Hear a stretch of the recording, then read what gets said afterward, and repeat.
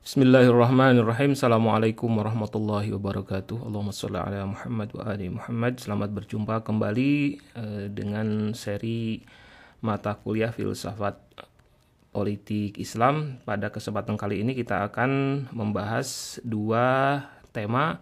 Yang pertama adalah pengertian politik, dan yang kedua kita akan membahas sistem kekuasaan, yang pada kesempatan kali ini yang pertama kali dibahas terkait dengan mengenal sistem kekuasaan itu, kita mengenal dulu yang anti kekuasaannya. Jadi kita akan membahas pemikiran mengenai anarkisme.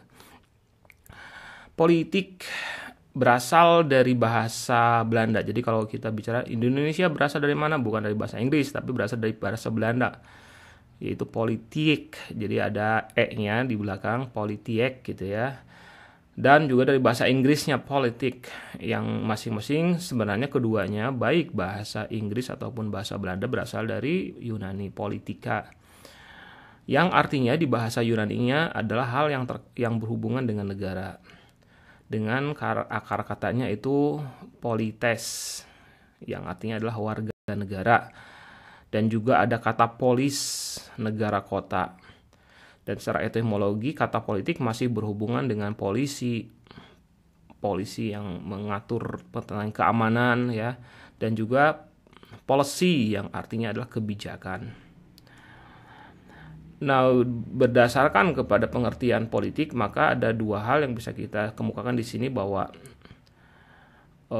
politik itu memiliki dua makna, yaitu hal-hal yang berkaitan dengan upaya memperoleh kekuasaan, upaya memperbesar kekuasaan, atau upaya memperluas serta mempertahankan kekuasaan. Jadi mulai memperolehnya, kalau sudah terkait dengan kekuasaan itu apa yang bisa dibicarakan?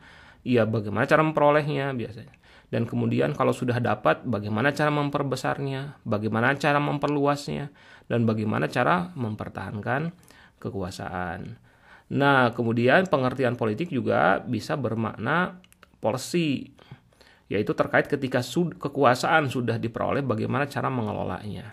Maka politik juga memiliki makna cara atau kebijakan yang diambil dalam rangka pengelolaan kekuasaan dan pengaturan kehidupan masyarakat.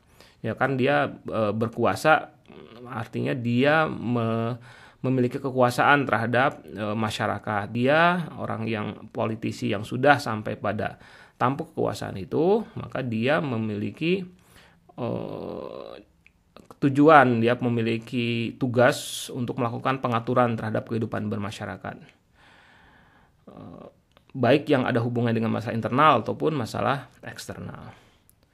Di dalam bahasa Arab itu dipakai istilah as-siyasah untuk merujuk kepada istilah politik ini. Akar kata siyasah adalah sasa, yang bermakna mengendalikan atau mengatur. Dalam bahasa Arab, kata benda pelakunya menjadi sais, yang dalam bahasa Indonesia sais ini bermakna apa? Sais.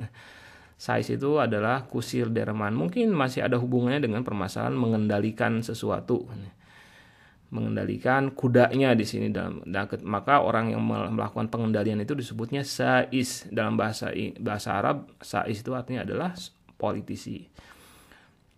Dalam bahasa Indonesia juga dikenal kata-kata siasat, yang bermakna berstrategi.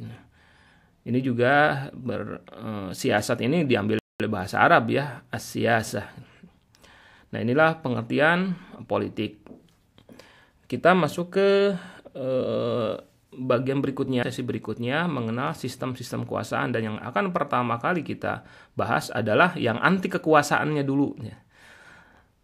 Itu anarkisme. Ini sesuatu yang kalau di Indonesia sekarang yang lagi marak, yang lagi banyak diperbincangkan adalah kelompok yang disebut sebagai anarko. Anarko ini disebut-sebut sebagai representasi dari faham anarkisme yang ada di Indonesia, yang berkembang di Indonesia pada masa sekarang ini. Dan kalau kita melihatnya dari sisi teori politik, mau tidak mau anarkisme walaupun anti kekuasaan itu bisa disebut sebagai salah satu teori juga gitu. Jadi ketika sama seperti kalau kita berbicara mengenai teologi, maka orang-orang yang ateis pun dibahas. Kalau dari sisi ininya, dari sisi ilmunya.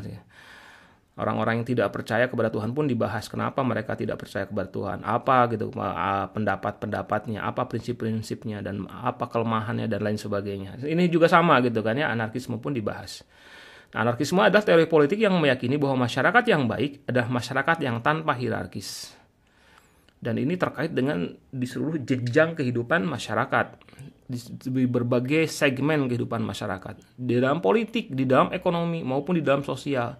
Jadi tidak ada yang namanya hierarkis, semuanya sama gitu kan ya, tanpa ada yang memimpin. Para anarkis meyakini bahwa anarki yaitu ketiadaan aturan. Jadi anarkisme itu artinya adalah tanpa ada aturan.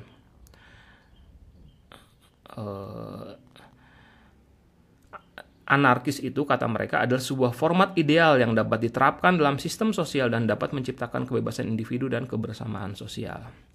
Anarkisme muncul setelah melihat bahwa ideologi apapun yang bertujuan membangun sebuah tatanan pemerintah ternyata ujung-ujungnya adalah penyalahgunaan kekuasaan. Kan terkenal, ini salah satu di antara yang memperkenalkan adagium the power tends corrupt gitu ya. Kekuasaan itu cenderung untuk korupsi, cenderung kotor, cenderung untuk melakukan keburukan, kejahatan. Nah, karena semacam inilah gitu. Ini termasuk yang diyakini oleh mereka, orang-orang anarkis, bahwa untuk membangun sebuah pemerintahan ternyata ujung-ujungnya adalah penyalahgunaan kekuasaan atas tatanan.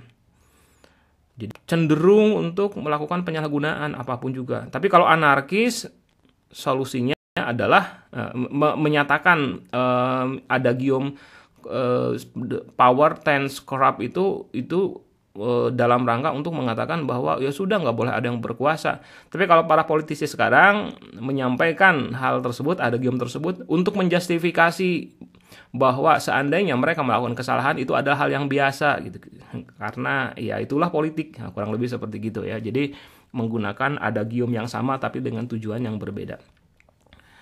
Nah, kenapa hal itu terjadi? Menurut orang-orang anarkis, dan juga sebenarnya ini diyakini oleh para politisi yang meyakini perlunya adanya tatanan kehidupan politik.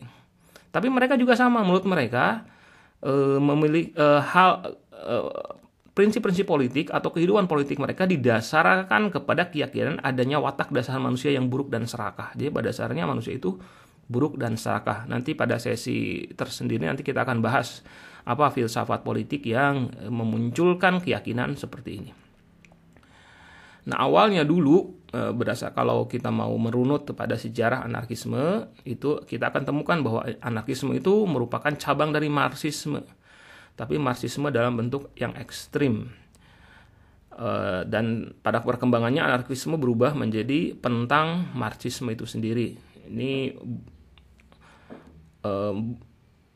Mikhail Bakunin sebagai orang yang disebut sebagai bapak dari anarkisme itu mengatakan seperti gini dalam memoarnya, mengatakan bahwa saya bukanlah seorang komunis karena komunisme mempersatukan masyarakat dalam negara dan terserap di dalamnya, karena komunisme akan mengakibatkan konsentrasi kekayaan dalam negara, sedangkan saya ingin memusnahkan negara. Pemusnahan semua prinsip otoritas dan kenegaraan yang dalam kemunafikannya ingin membuat manusia bermoral dan berbudaya. Tetapi yang sampai sekarang terjadi adalah selalu memperbudak, mengeksploitasi, dan menghancurkan mereka. Nah, ini pengakuan Bakunin. Jadi dia mengatakan dulu sebenarnya sempat masuk ke dalam komunisme dan Marxisme, tapi kemudian belakangan melihat bahwa ujung-ujungnya yang namanya komunisme dan Marxisme juga menciptakan sebuah tatanan pemerintahan, ada negara, dan itu ada sebuah kemunafikan. Ngomongnya bermoral, berbudaya, tapi yang dilakukan justru menggunakan jargon-jargon tersebut dalam rangka memperbudak, mengeksploitasi, dan menghancurkan rakyat.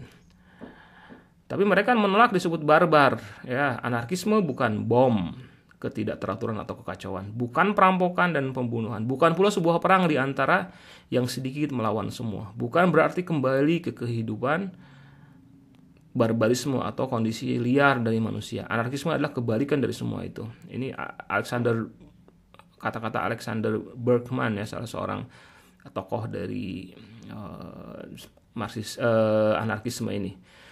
Kata dia juga, dia kutipan selanjutnya mengatakan anarkisme berarti bahwa Anda harus bebas, bahwa tidak ada seorang pun boleh memperbudak Anda, tidak ada seorang pun boleh menjadi majikan Anda, merampok Anda, memaksa Anda. Itu berarti bahwa Anda harus bebas untuk melakukan apa yang Anda mau, memiliki kesempatan untuk memilih jenis kehidupan yang Anda mau, serta hidup di dalamnya tanpa ada yang mengganggu, memiliki persamaan hak, serta hidup dalam perdamaian dan harmoni seperti saudara. Tanpa ada yang mengganggu, Anda memiliki persamaan hak, maksudnya seperti itu ya. Anda memiliki persamaan hak, Anda hidup dalam perdamaian dan harmoni seperti saudara satu sama lain. Dan itu artinya tidak boleh ada perang, tidak boleh ada kekerasan, tidak boleh ada monopoli kemiskinan, penindasan, sehingga Anda dapat menikmati kesempatan hidup bersama-sama dalam kesetaraan.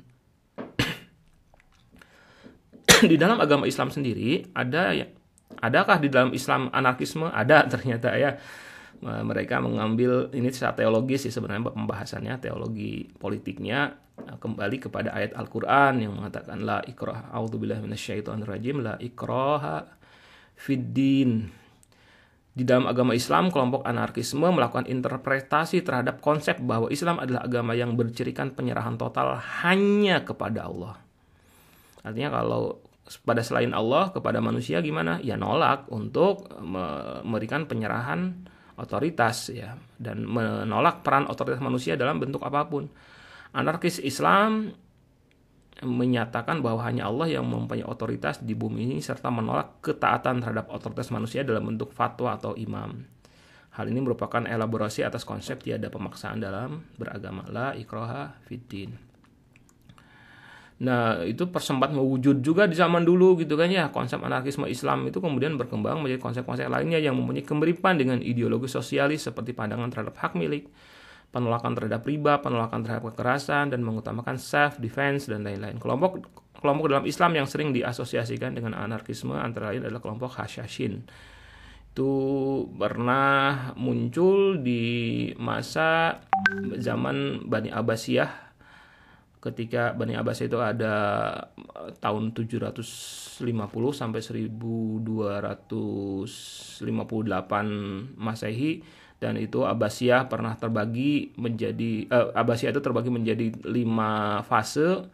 Ada fase dikuasai oleh Persia, fase dikuasai oleh Turki, fase ketika dikuasai oleh kelompok Buwaihi, kelompok Seljuk, dan ada masa ketika independen dan mengalami pengelemahan dan kehancuran di tangan orang-orang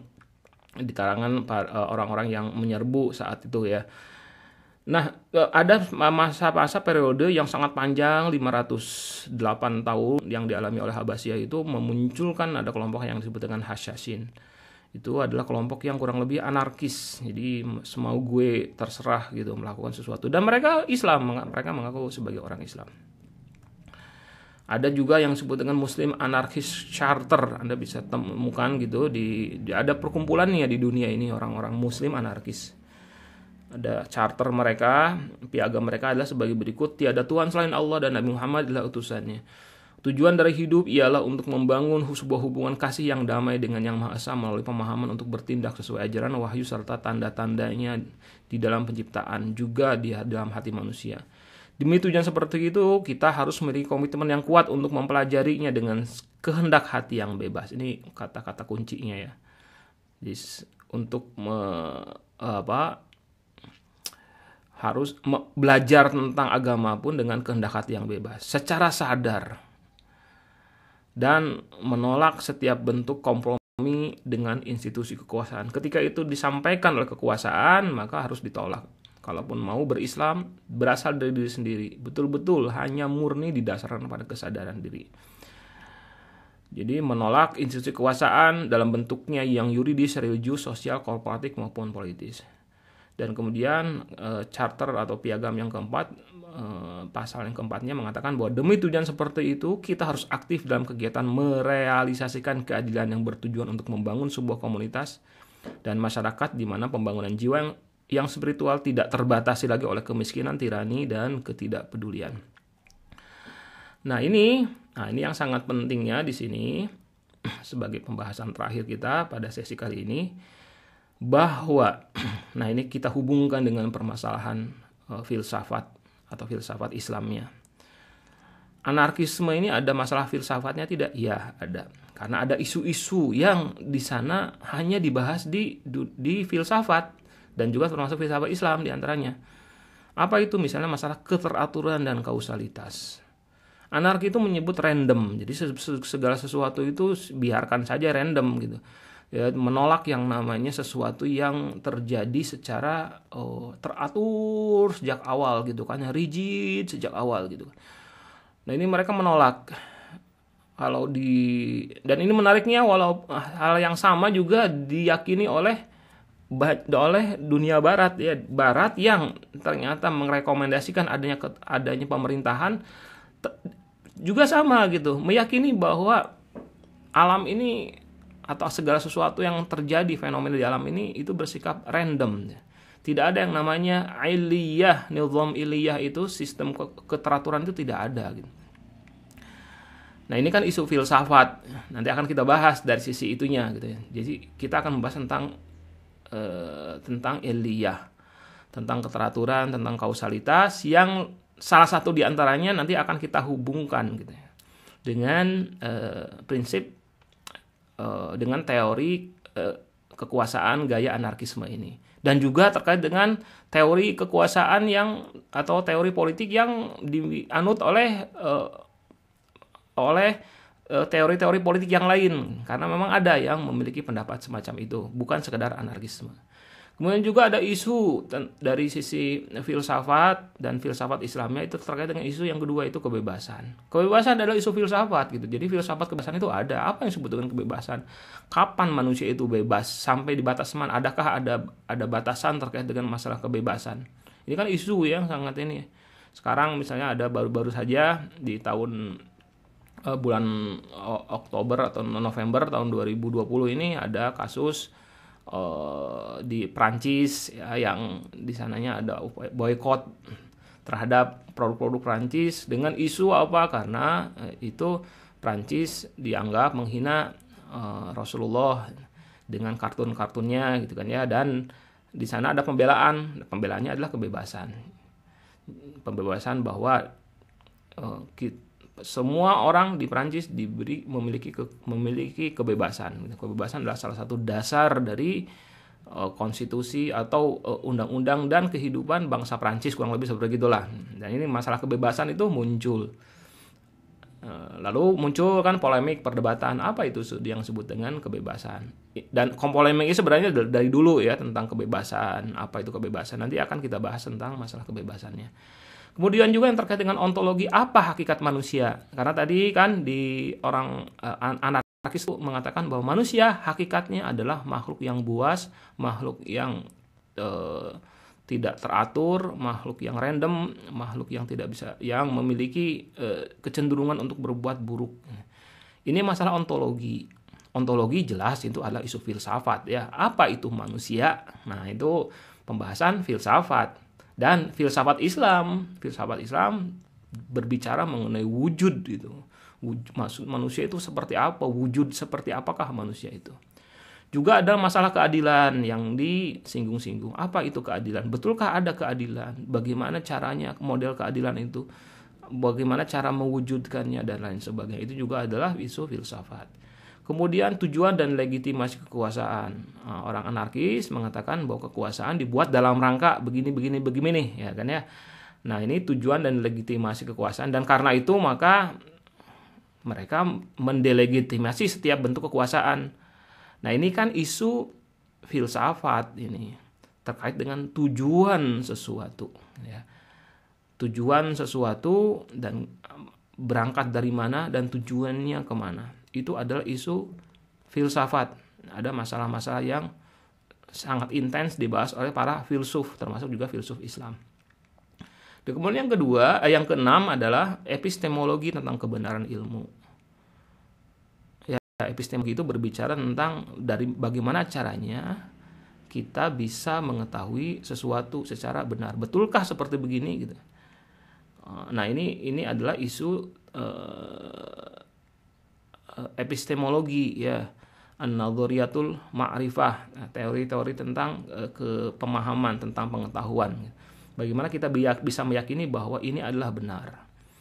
Kalau misalnya Barat hanya mengandalkan menolak pada apa yang disebut dengan kebenaran wahyu gitu kan, itu mereka tolak gitu. Orang Barat itu tidak ada yang namanya kebenaran wahyu. Kebenaran itu hanyalah rasionalitasnya pun juga dengan definisi tertentu yang nanti akan kita bahas secara lebih mendalam terkait dengan epistemologi ini yang dihubungkan dengan permasalahan politik. Nah, yang jelas bahwa yang namanya anarkisme ini memiliki prinsip epistemologi. Apa itu? Anarki meyakini kebenaran kata hati. Kata hati ikuti. Kata hati itu memberikan jaminan kebenaran tentang apa yang diinformasikan oleh hati kita. Nah, itu saja yang bisa saya sampaikan. Wabillahi taufiq wal hidayah. Assalamualaikum warahmatullahi wabarakatuh.